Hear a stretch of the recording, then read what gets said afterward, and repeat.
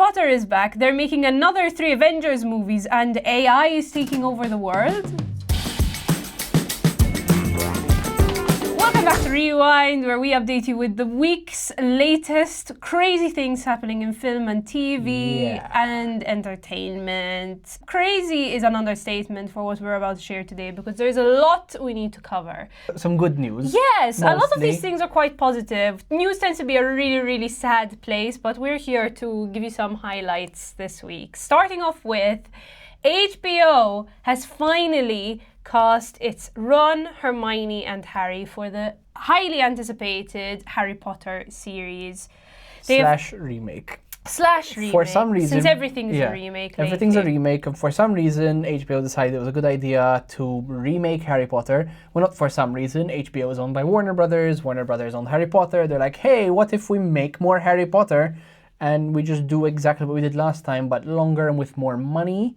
So that's exactly what they're doing. And in the place of Harry, we have Dominic McLaughlin, Arabella Stanton as Hermione, and Alistair Stout as Ron. Arabella Swanton has played Matilda on the West End, so even though this was like a public casting call with over 30,000 applicants, we do have some kind of child stars in the mix over here, some people with some experience. Yep, so Arabella Stanton played Matilda on West End. Dominic McLaughlin is appearing in the upcoming Sky TV comedy called Grow. I'm pretty sure that show is going to grow. Based on their, Harry Potter's in it. Yeah.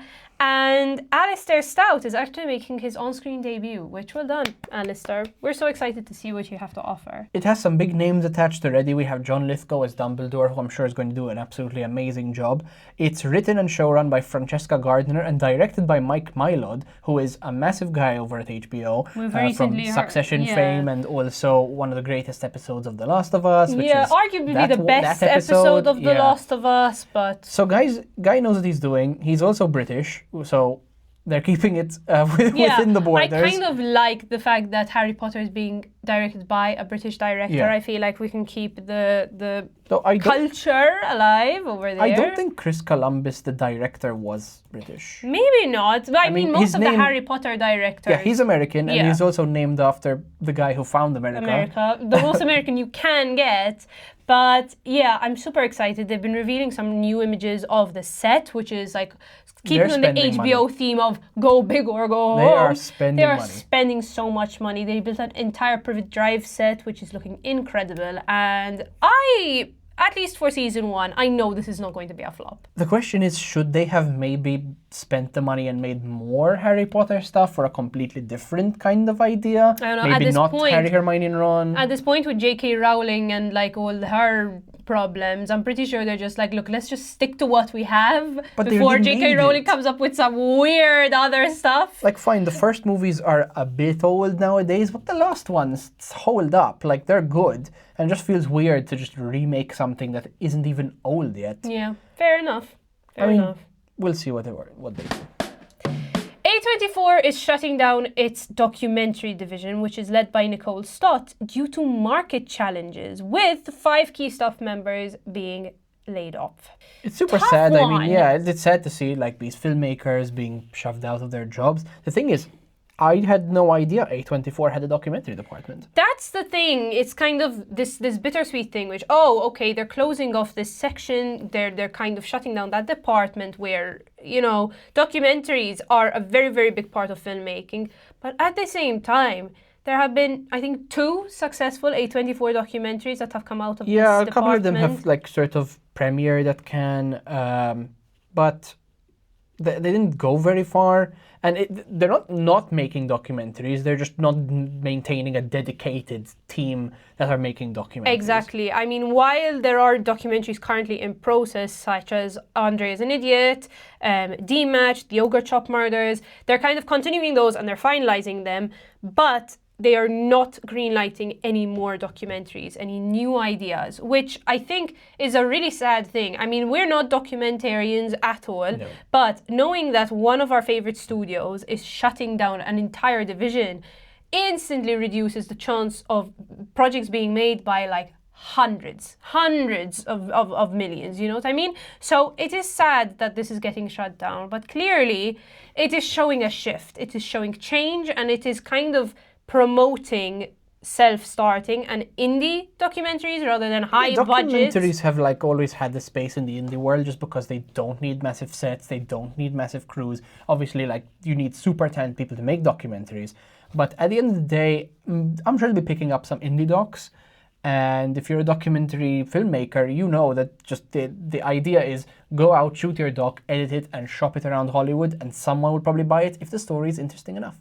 The Last of Us has finally reached a close with the end of season 2, reaching 3.7 million viewers. Now, if you think that's an impressive number, it is actually down 30% from the premiere, so from episode 1 and from season 1's finale, which is insane. Yeah, season 1's finale was in the 7 millions, so it's less than half, right, of the total viewership, which sucks. Yes, it does suck because season 2 was genuinely a good season of TV. There's a lot of hate that there was a lot of faffing about, a lot of yapping. Like, what we were watching the season finale, and what did you say? I said I hope that finally they're going to do something. I thought we were watching the Yap of Us. Exactly. Because they're just talking. There's a lot of talking. There is a lot of talking. And it is a zombie show where people are supposed to die, and so nothing happened in episode 1. They had a great episode 2. And I personally would argue not a single interesting thing happened until the end of the season. It feels like they're pulling Game of Thrones level of drag this season out because we have to wait for George R.R. Martin to finish the script. I'd argue listen guys, I only managed to watch the season 5 of Game of Thrones, and after a while it was, 1, way too dark. I couldn't understand what was going on because it was always so dark. And 2, there were so many plots to keep track of that I just lost interest. And that's really sad because I do want to continue the show, but at the exact same time, if it's another like 6 seasons of that, how many seasons does Game of Thrones have? At least 7, I think it's 8. Okay, so if there are another 3 seasons of that, I'm not in, guys. But one thing that HBO are boasting, which we'd like to put a little asterisk on this, is that season 2 is averaging above season 1. Now, the way they're getting these numbers... They're absolutely not doing that. The way they're getting these numbers is basically... Season 2 has averaged above 37 million viewers per episode, up from 32 million in season 1. Which is beautiful to know, and it's very encouraging to know, until you realize that season 1 had 2 more episodes than season 2. So basically what's happening is that they're crunching the numbers to kind of squeeze everything across 7 episodes rather than 9. Yeah, it's a bit of some creative Hollywood accounting. HBO's really trying to make it clear that, listen, we believe in The Last of Us and people are watching it. But if you go online and you just look up hashtag The Last of Us every single Monday, there are a lot of disappointed people. Now, granted, movie adaptations of games are always sort of less liked because people have already seen the story and they're like, oh, the game was better. And keep in mind, people did hate the second game of The Last of Us much more than the first. 100%. So what they're adapting was also liked less because they make some very controversial choices. But I do think there were a couple of mistakes this season of them trying to drag it out. Now they're speaking about a possible season 4.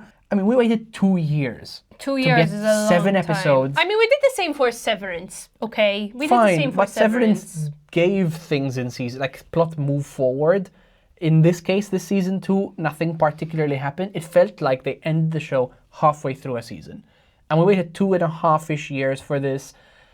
I don't know. I think there were a couple of mistakes. Hopefully, I'm hoping that this is all because of the writer's strike. Yes. You know, their budgets got squished down. Their time to write got squished down. I mean, Craig Mazin wrote there were articles that he wrote everything in a matter of a week, 2 weeks before the writer's strike. What we do know is that season 3 is going to center around the character of Abby, which I am very interested to see. And if they do go through with a season 4, we just know it's going to be a banger season 4. Yeah. Even though season 2 kind of was a flop here and there, we just know that season 3 is going to introduce a whole new world of things, and that season 4 is going to be the best conclusion to this show there can ever be. Darren Aronofsky launched an AI-driven storytelling venture just as Google unveils its new Gen AI video tool. Yeah. What are we doing? What are we doing? Why are we allowing this to happen? We're deep in 2025 and we all kind of know that AI is going to be taking over a bunch of people's jobs and disrupting a ton of sectors. for some reason, the one sector that everyone wants to disrupt is art. Because, that's the one thing that we should have really AI need do. to disrupt it, Not all the other, boring jobs that the humanity one thing does. which is pivotally human-made is the one thing we do need to disrupt. Yeah, Way so to go. Google came out and released an AI model called Veo 3, which has some crazy developments. As which well means, as another tool called, I think it was called Flow, which is specifically for filmmaking. Yeah, so what these things can do is you can give it a prompt and it will generate a video with audio and the person will be talking coherently. They released a couple of different examples of this. And what it's done is it's essentially made YouTube videos, right? Right now, each clip is limited to a couple of seconds. It's only 8 to 10 seconds, but it's definitely an example of where Google plans to go in the future. And their plans are to completely replace every single person on a film set with all the actors, directors, and absolutely everyone to just a single person sitting on a laptop with prompts, and just completely create movies from scratch in their bedroom. Now, the way they're doing this is by partnering with filmmakers. The first one to be director Darren Aronofsky, the director of The Whale, as far as I know. Yeah. Oscar-winning movie, The Whale. Now, he launched this tool called Primordial Soup, which is a storytelling venture that kind of uses generative AI to create original films. And their first project is a short film called Ancestra, which is actually premiering at Tribeca this month. Now, this film isn't fully AI yet. It blends live action with AI-generated imagery to kind of push the story forward. But it's already the first step into what's to come. You can definitely tell that the reason they blended it is no, guys, don't worry. AI is going to help us make movies. But Google is actively trying to prove the opposite of that, where they are completely trying to replace the filmmaker. Now, is this going to work? Right? In some cases, yes. Is it going to work efficiently and properly? Absolutely not. Or at least for the next couple of years, it's not. There's a video going around, I think it has been released by Google themselves, of a product review, where there's this man and he's reviewing this kind of tile project, and there's this woman. And although it's coherent, although the audio is coherent, the visuals just don't make sense. At all. It's very early on though, so you can kind of see where it's going. The idea is that since it's already done this much so quickly, is it going to keep getting better? My personal theory is we're going to hit a very fast brick ceiling, right? Just a hard ceiling on how much AI can develop. ChatGPT is great, but its limitations are going to be its limitations for a very long time. Yep. Until we keep developing AI and it gets much smarter, the problems are going to keep being the problems, right? AI doesn't understand anything. It's just guessing. And with that guessing, you can't tell it, hey, change the hat on that guy. Hey, we want this shot to be 6 seconds longer, slow that down slightly. Any changes you want to make, you cannot describe to AI. It's kind of like trying to get a toddler to describe an image. The toddler just happens to be really good at drawing the image. So there are going to be many problems with AI and many hurdles, and I don't think it's going to replace much anytime soon. But anyone at the bottom of that ladder, anyone who's writing content for social media, anyone who's making very quick and dirty reviews for YouTube, anyone who's doing very quick sort of voiceovers, all the stuff that's sort of low energy and at the bottom of that ladder, those are all going. What, is it going to replace directors? Is it going to replace cinematographers? No. But hopefully someone from within the industry is going to take this technology and allow filmmakers to create better films by getting rid of a lot of grunt work and busy work. And we've already seen it with rotoscoping, where people 100%. Are selecting people from the backgrounds. It used to take months to take Tom Cruise out of a shot and put him in another shot for a visual effects I think moment. The general sentiment is AI doing grunt work, fantastic. If it's an automated job, why not? AI doing filmmaking and in more AI doing creative work is super questionable. It's just so sloppy and it's so lazy, and anyone who does it, you're never going to be a filmmaker and you're never going to be an artist. Sorry. Just the creativity makes you who you are, and giving that to AI is beyond questionable. Alex Garland will direct and write a live-action adaptation of the game Elden Ring, also produced by A24 and obviously based on the lore by George R.R. Martin. Now, I've never played Elden Ring before, but It You know is the such. vibes. I know so many people who are so immersed in it because we have D&D friends and we have Elden Ring Yeah. friends, and our Elden Ring friends are so hyper fixated over the game, and I'm pretty sure they're all so excited to hear this news. The original game came out in 2022. It became a global hit, sold over 30 million copies and won many, many game awards. It's a dark fantasy action role-playing game set in the vast, mysterious worlds of the land between. It sounds like no, The it's Hobbit. big. It Yeah, sounds yeah, like The it's- Lord of it's the big. Rings. It's a fantasy role play game. It's huge. My And question is, though, like, didn't Alex Garland say he wasn't going to make movies anymore? yeah, I mean, he just came out. If you guys haven't known, Alex Garland is known for films like Ex Machina and Civil War, especially. And his last movie, Warfare, yeah, he did claim that it was going to be his last movie. But I think the world of capitalism has eaten Not away just at Alex capitalism, Garland's but I mean, soul. he worked so hard to become a filmmaker and then suddenly became a filmmaker and people want to give him money and he has great ties to A24. And I mean, that's not when you give up, right? You kind You of just keep ride that going. train out. And if people are giving you money to make movies that you want to make and make movies and shows based off of your favorite game, you do it. It's just quite intriguing because Alex Garland is known for his very dark sci-fi movies and even just like some thrillers. So I'm super curious how a game adaptation of this movie is going to go. The most recent game adaptations, kind of Dungeons and Dragons, Super Mario, They're all brighter. they're all bright and fun and happy. Except The Last of Us. Except that, yeah, but I mean, it's a sad game. It's a zombie horror game. So I'm so curious to know what spin Alex Garland is going to put on this movie.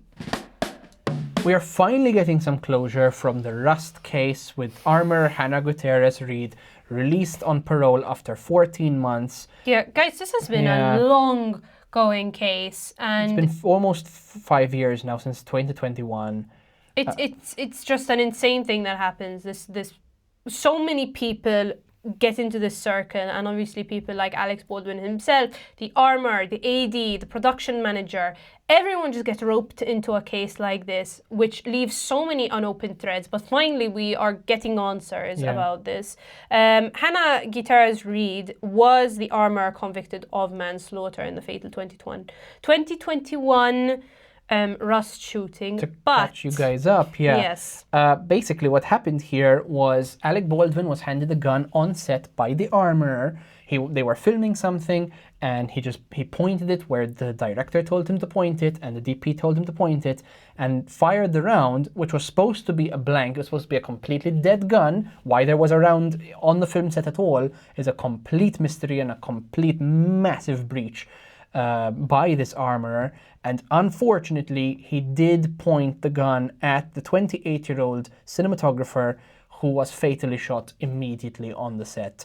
And it's been 4 years since, and they're still fighting this case. I'm so sorry for all of her family who had to deal with all this. 100%. In fact, the armor's release conditions include obviously avoiding firearms as well as undergoing a mental health assessment. She claimed that she was overworked and unaware that live rounds had contaminated the dummy boxes of the non-live rounds. I personally think, and we're no judge here, but I personally think 14 months for this kind of negligence is insane. Yeah. Like, if your entire job is to be an armorer on set, you are known as a point of safety, you are known to be a kind of have a managerial brain, and to create such a mistake such as that is incredibly negligent. Yeah, this isn't a case of someone a pyro specialist making an explosion and accidentally having a piece of shrapnel in something. Yeah. This is a case of an armorer on set whose sole job is to make sure there's gun safety, accidentally inserting a live round into a weapon and handing it to an actor and then telling them this is a blank gun with no live rounds. This is like negligence on every level. And if it was done outside of the film set, I do think this would be a much bigger deal somehow. 100%. Like if I handed you a gun randomly and said there's no bullet in this and you accidentally shot someone, I would be in prison for a very long time.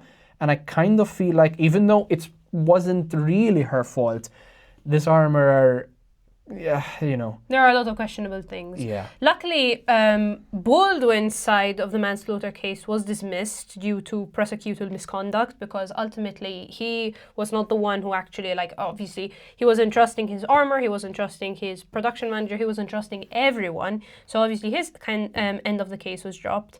The sad thing, and I mean, obviously this is what happens when these kind of movies get released, is when Rust was eventually completed and released in 2024, it only grossed $25,000. Yeah. Which is really, really unfortunate. Yeah, I do believe the family did ask for it to be released. So I as far as I remember, there was a big discussion on whether they should continue the film. Or not, yeah. The family, I believe, wanted to see the film released so that their daughter's work can actually be shown to everybody. We have some insane anticipated movies releasing in the next 2 years. Yes, guys, 2 years we have to wait for these movies. Avengers Doomsday, which was originally set to release on May 1st, has now been moved down to December 18th of 2026.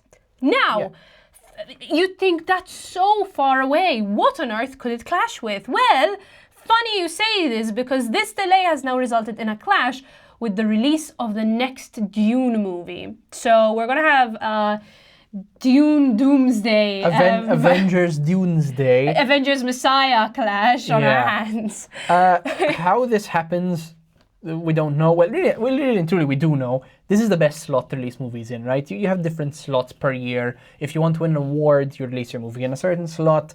Now, if you have a blockbuster, you're either releasing it early summer, as soon as it starts getting hot, or you're releasing it around Christmas. Exactly, and in fact, they did come out and say that release in December for both Avengers Doomsday in 2026 and Secret Wars, Secret Wars in 2027 are going to be released in December to kind of gear up for that holiday success, similar to what happened with Spider-Man No Way Home.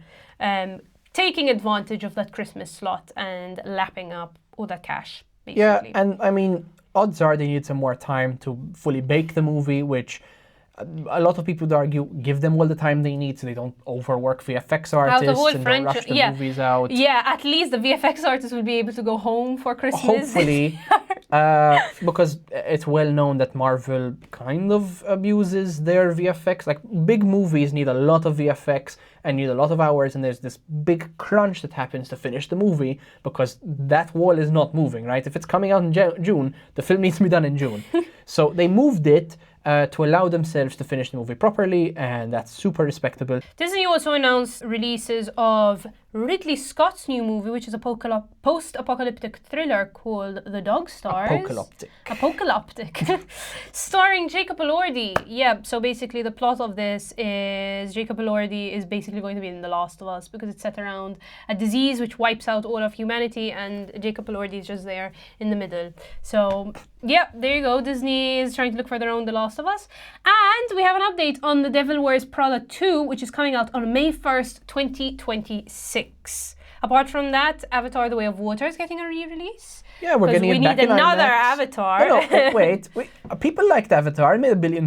If you happen to not see it in IMAX, they're releasing it October 3rd this year, 2025, before Avatar Fire and Ash on December 19th, which is pretty soon. So we're getting kind of double Avatar this year, which is fantastic. And if you get the opportunity to watch in IMAX, absolutely do. If there's one film to watch in IMAX, it is Avatar The Way of Water. And finally, for all of those of you missing James Corden, he is back with Bobby Cannavale and Neil Patrick Harris as all three of them star in a Broadway revival of Yasmin Areza's Art. Because we all miss James Corden so much. I miss Neil Patrick Harris. Yeah. I love How I Met Your Mother, so I miss him. So every time he just crops up in the ether, I'm just like, oh my God, he's back. Yeah. But James Corden...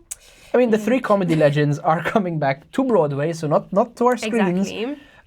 Directed by Tony nominee Scott Ellis, who is known for, and I quote, Modern Family, Marvelous Mrs. Maisel, 30 Rock, and so much more. This guy is basically at the center of comedy god. He is comedy Jesus through and through. So we just know this play is going to be incredible. Yeah. It starts previews on August 28th at the Music Box Theatre and formally opens in September for a 17-week long run. 17 weeks?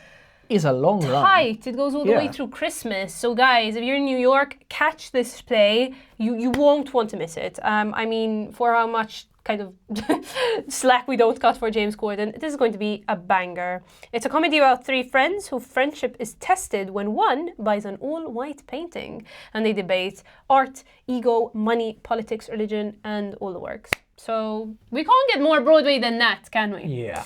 So if you guys like this video, please make sure to like, subscribe, and comment anything we missed out, and we will see you next week.